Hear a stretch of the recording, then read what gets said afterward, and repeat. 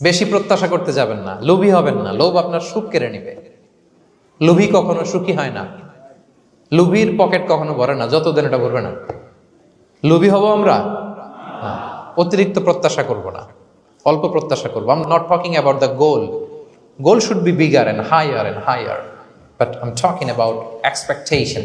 বেশি এক্সপেক্ট করা ভালো না। খুব প্রত্যাশা নিয়ে রাখছেন, কিছু পান নাই, দেখবেন যে কষ্ট লাগবে, ঠিক কিনা?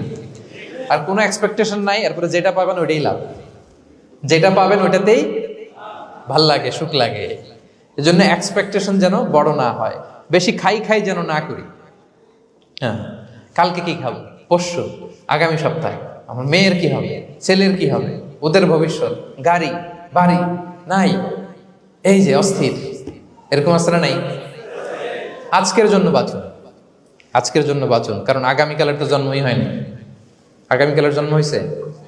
এটা কি আজকে না আগামীকাল?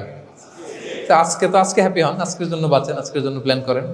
আগামীকালের তো জন্মই হয় নাই। কালকে সকালে সানরাইজের পরেই না আগামীকালের জন্ম গ্রহণ হবে, ঠিক কিনা বলেন?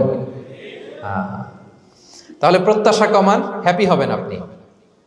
ইমাম গাজালি রাহিমাহুল্লাহ একটা চমৎকার কথা বলতেন। উনি বলতেন, তোমার রিজিকে যা আছে এটা 2 পাহাড়ের মাঝখানে থাকলেও এটা তুমি পাবা।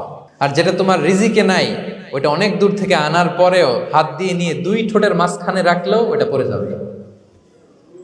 কথা বুঝতে পেরেছেন? আপনি মাঝে মাঝে অ্যানিমেল কিংডম অথবা জিওগ্রাফিক্যাল চ্যানেলে দেখবেন যে বক মাছ শিকার করে কিভাবে অনেকক্ষণ লুকিয়ে থাকে, হুট করে একটা মাছ ধরে, ধরার পরে মাছটা বাঁচার জন্য ছোটাছুটি করে, বকটাও কামড় দিয়ে এমনি ধরে অমনি ধরে, পরে যায় আবার ধরে, আবার পরে যায় আবার ধরে, সবশেষে মাছটা টুপ করে পানিতেই পড়ে যায়।